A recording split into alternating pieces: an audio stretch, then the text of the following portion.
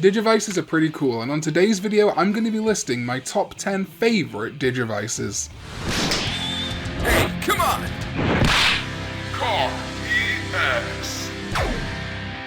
What's up everybody, welcome to a brand new Digimon video. If you're watching for the first time, you're not subscribed already, click that subscription button. This many people are not subscribed to my channel but are watching my videos, so I mean, cut out the middleman. Don't let YouTube tell you what videos you should and shouldn't watch. Subscribe, become the master of your own destiny. Recently, I got the Digivice from the Digimon Adventure 2020 anime, the Digivice. And it got me thinking about the Digivices from across the franchise, as well as a comment by someone who I can't find. I'm so sorry. If you're the person who suggested top 10 Digivices, let me know down below. I'll pin your comment. Thank you so much. But I thought it was about time that I definitively gave my ranking, as of right now, of my top 10 Digivices. Now, a disclaimer here, these are not going to be V-pets. If there are Digivices that are also V-pets, that's fine, but I'm not going to be talking about toys that have only ever been V-pets. Maybe I'll do a top 10 V-pets video at some point when I actually own more V-pets. I got this one, alright? Leave me alone. Oh, such a fake fan, doesn't even have V-pets.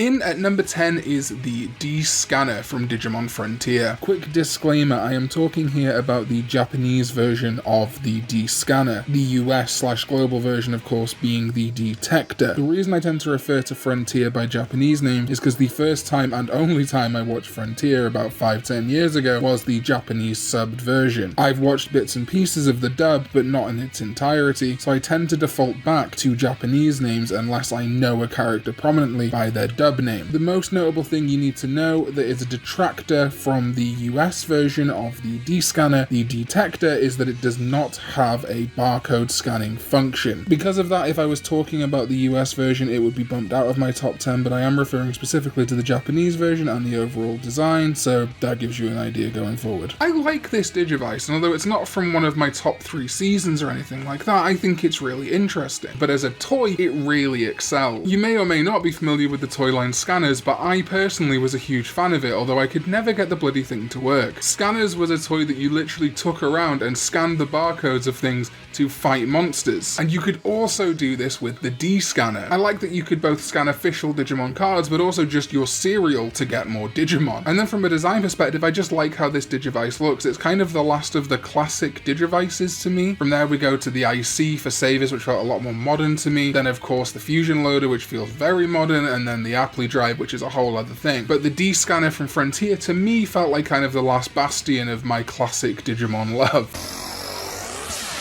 Next up is the Digimon Pendulum X, and this is one of those ones that is ostensibly a V-pet, but technically was used as a Digivice. Because yes, the Pendulum X was the Digivice of the Digimon Chronicle manga. Digimon Chronicle is a manga, but it's also more like a bunch of stories related to the Pendulum X line, featuring a character called Kota who looks very similar in promotional art to the Taichi from v-tamer, but partnered with a Dorumon. But I really like this Digivice design. Obviously, first and foremost, it's a V-pet, but I think it really stands out. And more importantly, it reminds me of the Digimon Axel, which is a V-pet, which I want to talk about at some point because it's so fascinating to me and I never owned it, but it looks amazing. But I like this kind of credit card style of V-pet that was popular for a while. Obviously, it is very X antibody focused, and it has typical functions like items, quests, stat screen, but it also had a feature called the XAI, which is the X antibody indicator. This would ostensibly function like a dice roll every time you fought a Digimon in the 100-step map to determine their nature. Overall, I like the functions of this, and it is definitely way more in the V-pet category than the Digivice category, but I like that it was used in Digimon Chronicle, and if you haven't read Digimon Chronicle, it is really worth a read. And then, just as a little cherry on the top, there's a character called Cool Boy. A lot of people call him Shinji, but Cool Boy seems to be his proper name. I mean, he's a cool boy.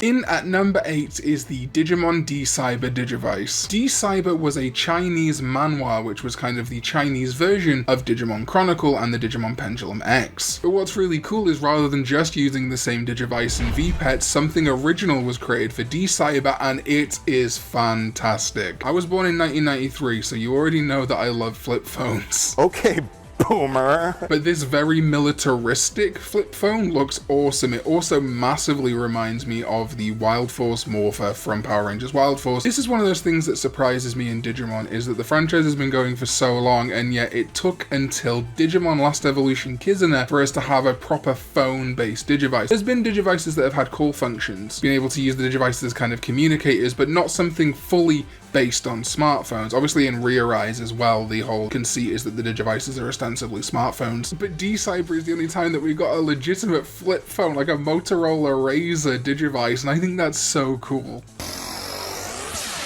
In at number 7 is the Nintendo Joy-Con. I mean the Digimon Twin.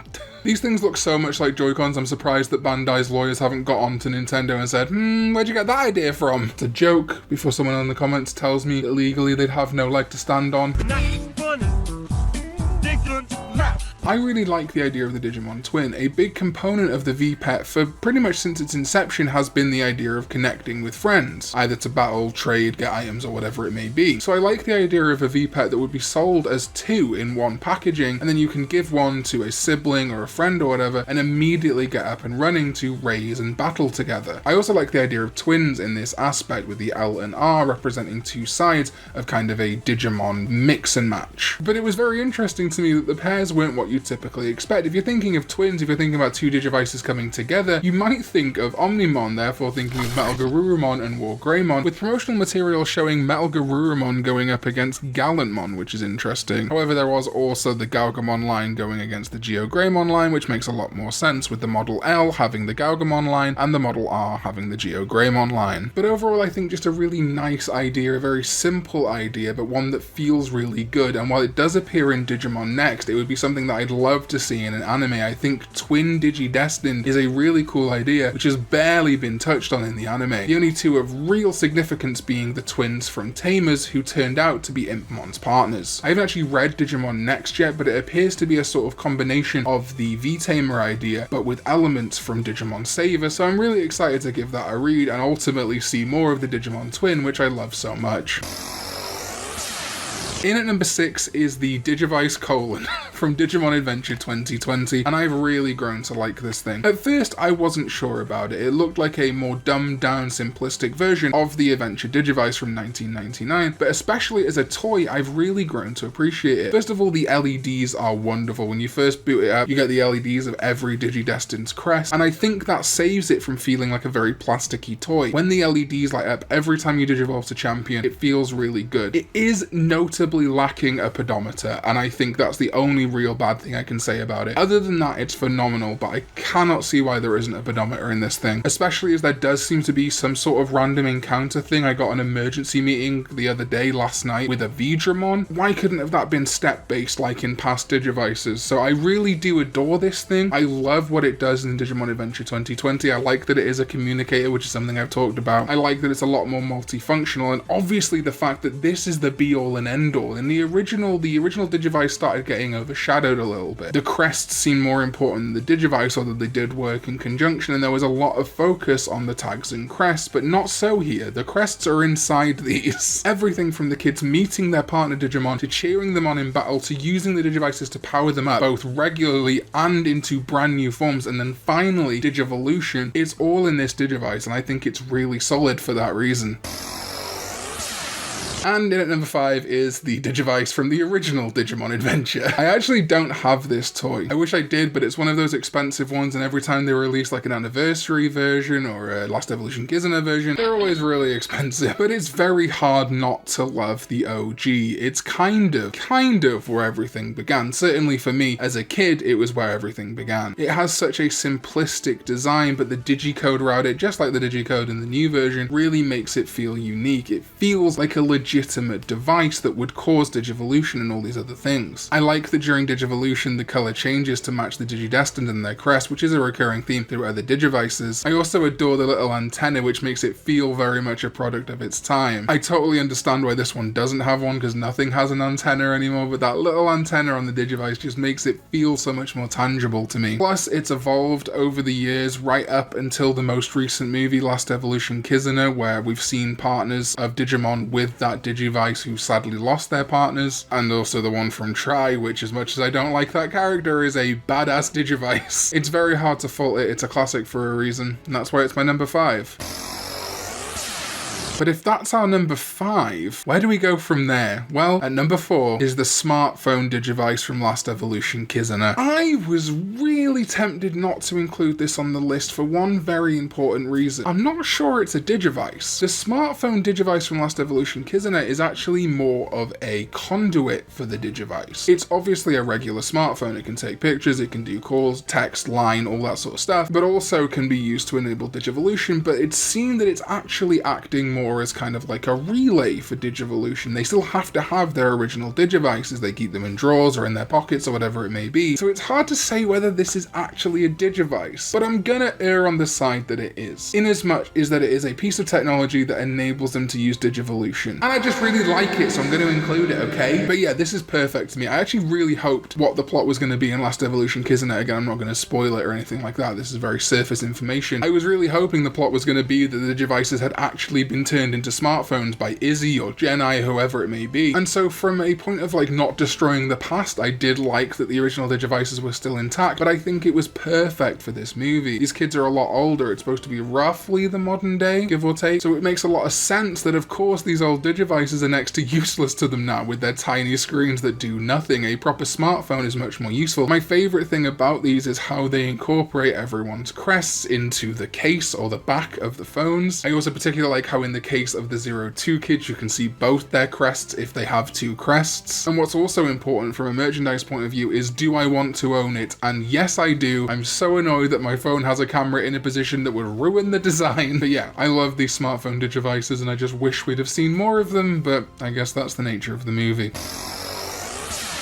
In at number 3 on the list is the Digivice 01 from the v-tamer manga, and I have fallen in love with this Digivice. I read v-tamer for the first time this year, well technically started it last year, finished it this year, and I love this Digivice. I love the idea of physically beaming commands to your Digimon to tell them what to do. It's something that's implied throughout the franchise that other Digivices have done, but this is kind of the first real showcase of that, obviously v-tamer kind of being where it all began, at least for kind of stories related to Digivices and things like that. This Taichi being the progenitor Taichi. And I love the way it works. I love the sending commands, analyzing data. It really feels like they put a lot of thought into what this Digivice can do. Whereas in other seasons, it's either a Deus Ex Machina at best and just basically ignored at worst. It feels so well put together and the design is phenomenal. I wish there was a toy of this. Next to phone-based devices, wrist-mounted devices are some of my absolute favourite. It really does feel like you can see where the design went from this into the Digivices from Digimon Adventure, and overall it's wonderful. And there is a moment that I'm going to spoil for v-tamers now, so jump ahead to this timestamp if you don't want to be spoiled for v-tamers. Hideto of the Alias 3 has 2 Digivices, one on each wrist, because he partnered up with 2 separate Digimon, and it is awesome. When he jogresses them into Omnimon, it's one of the greatest visuals in that manga. So yeah, I have major love for the Digivice 01, and I just wish there was a toy of it I could own because I adore it. Alright, home stretch, and the penultimate Digivice on my list is the D3. What?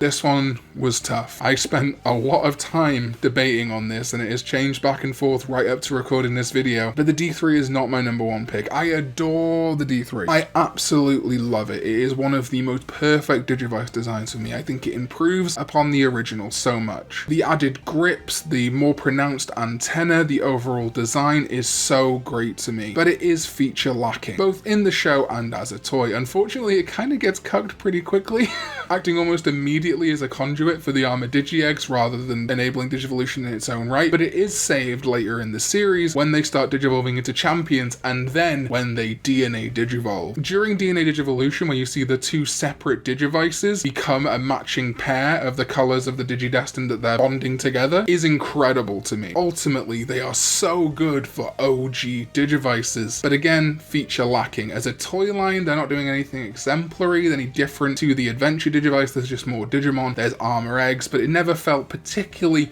incredible. It was just really solid, but it didn't blow my mind. The design will always be one of my absolute favourites, but just functionality slightly lets itself down. And also because it was missing one of the greatest features of all time, which leads us to our number 1 pick.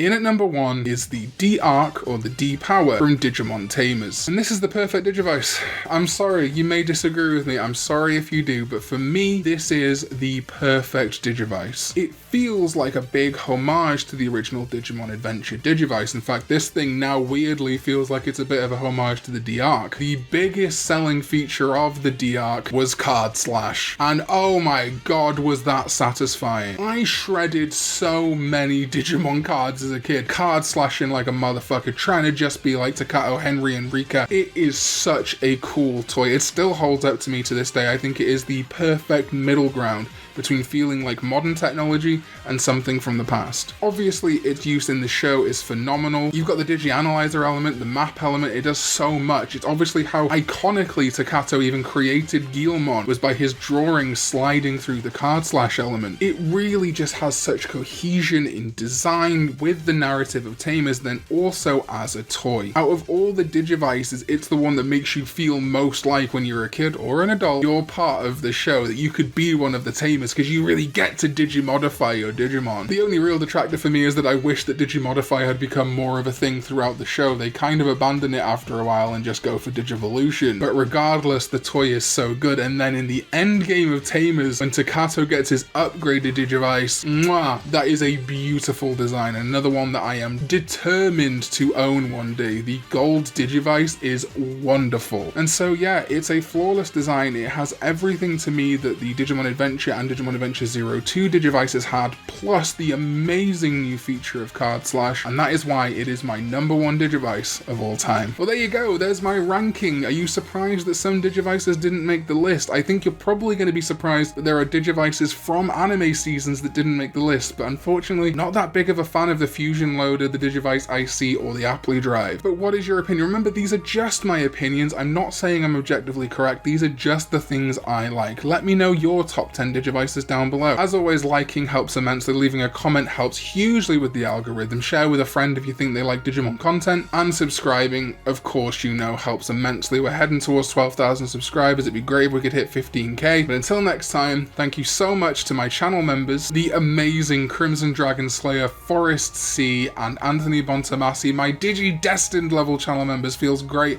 to have you guys in the Digi-Destined, thank you so much. My Tamer level Digi-Destined, Reese Williams, Carlos Gonzalez, and Tippy, thank you so much. And to Theo Navarro, who upgraded to a Tamer level member, thank you so much, Theo. And everyone else in the Khan Club, you're doing amazing. Thank you so much for supporting this channel. It really does help get videos out and make me feel more enthused to make videos, so I appreciate you all so much. It also helps with equipment. But all that being said, I hope you enjoyed this video, and I'll see you next time when we go digital.